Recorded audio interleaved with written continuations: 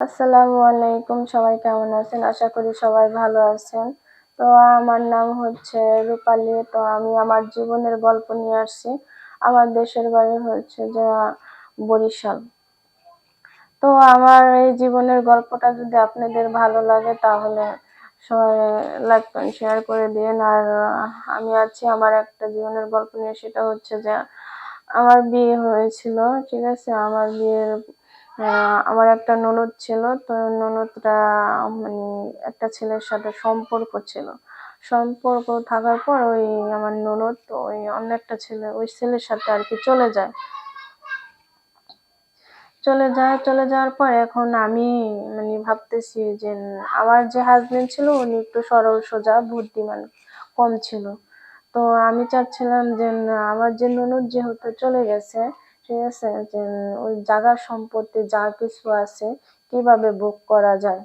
তো একদিনকে আমার হাজবেন্ডকে আমি বললাম যে দেখো, আমার ননদ চলে গেছে, তোমরা দুই ভাই দুইটা বোন, ঠিক আছে, এখন যেভাবেই হোক তুমি এই জায়গা সম্পত্তি যা কিছু আছে সব তুমি ভোগ করো, ঠিক আছে।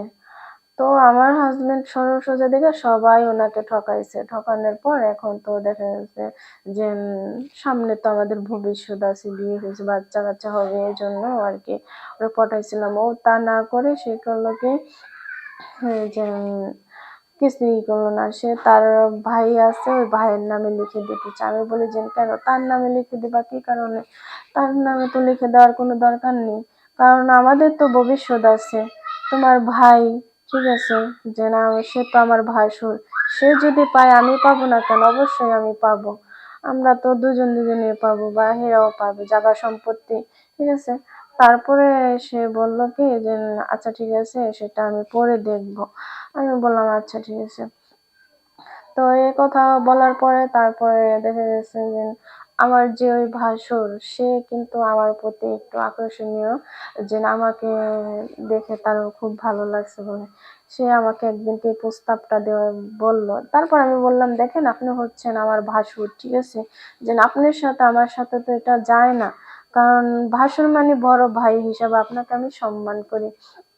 তা আপনি এগুলা কি কথা বলেন? তারপরে সে কি করলো, মানে আমাকে জড়াইয়া ধরলো। জড়াইয়া ধরার পরে তারপর আমি কিছু মানে আমি যদি এখন চিৎকার দিই তাহলে তো মানুষে খারাপ বলবে যে নিশ্চয় ভাসুরের সাথে কোনো কিছু হয়েছে। তো এই জন্য চিৎকার দিলাম না, ঠিক আছে। তারপর আমি আসতে পারি তাকে বললাম যে দেখেন, আপনি আমাকে ছেড়ে দেন। সে বলল কি যে না, আমি তো তোমাকে ছাড়বো না, ঠিক আছে। আমি বললাম যে আপনি কি চান? সে বলল যে তুমি আমার ছোট ভাইকে যা দাও সেটা আমাকে দেওয়া লাগবে। আমি বললাম না না, সেটা সম্ভব না, ঠিক আছে, যেটা আপনার ভাইকে দিয়েছি সেটা আমার পক্ষে এগুলো সম্ভব না। সে কি করলো যে জোর করে আমার কাছ থেকে নিল। নেওয়ার পরে এখন দেখা গেছে যে আমার যে হাজবেন্ড উনি দেখে ফেলেছে। এখন দেখার পরে এখন আমি কি করব বলেন? এখন আমি যতই মানে একটা নিজের চোখে দেখা জিনিস আর আরেকজনের বলা জিনিস, সেটা তো অনেক পার্থক্য। সে তো নিজ চোখে দেখছে, দেখে তো এখন তো সে এগুলা মেনে নিতে পারতেছে না। না নেওয়ার কারণে এখন সে আমাকে বলল যে আমাকে ছেড়ে দিবে। আমি বললাম যে দেখো, তুমি আমাকে ছেড়ে দিও না, ঠিক আছে, যে যা করছি ভুল করছি, হয়তো তুমি যদি তোমার ভাইকে জায়গা জমি লিখে দিতে চাও, লিখে দিয়ে আমরা অনেক দূরে চলে যাই, না হয়তো দুজনে কাজকর্ম করে খাই। সে বলল কি যে না, আমি তোকে রাখবোই না।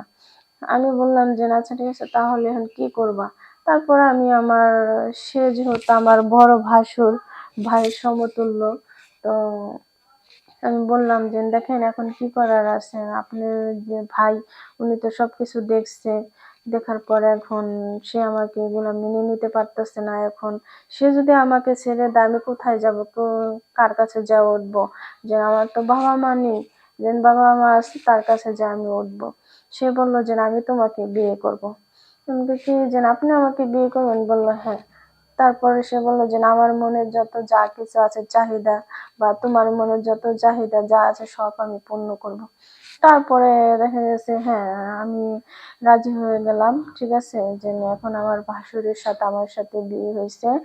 বিয়ে হওয়ার পরে এখন দুজনে সুখের সংসারে বসবাস করতেছি। যে আর যে জায়গা সম্পত্তি যা ছিল সব আমার ভাসুরের নামে লেখা হয়ে গেছে। এখন এ জগতে আছে এখনো যে মানে ছোট ভাইয়ের বোর দিক বড় ভাই নজর দেয় না, অনেক জায়গায় আছে। তো আমার দিক নজর দিয়েছে, উনি বিয়ে করেছে, এখন এটা তো আর খারাপ কাজ করেনি, যেহেতু নজর দিয়েছে সবকিছু হয়ে গেছে, বিয়ে তো লাস্ট পর্যন্ত রেখেছে, লাস্ট পর্যন্ত করে এখন আমরা দুজনে সুখে সংসারে বসবাস করতেছি। তো আপনাদের যদি এই ভিডিওটা ভালো লাগে সবাই লাইক কমেন্ট শেয়ার করে দেবেন। সবাই ভালো থাকেন, সুস্থ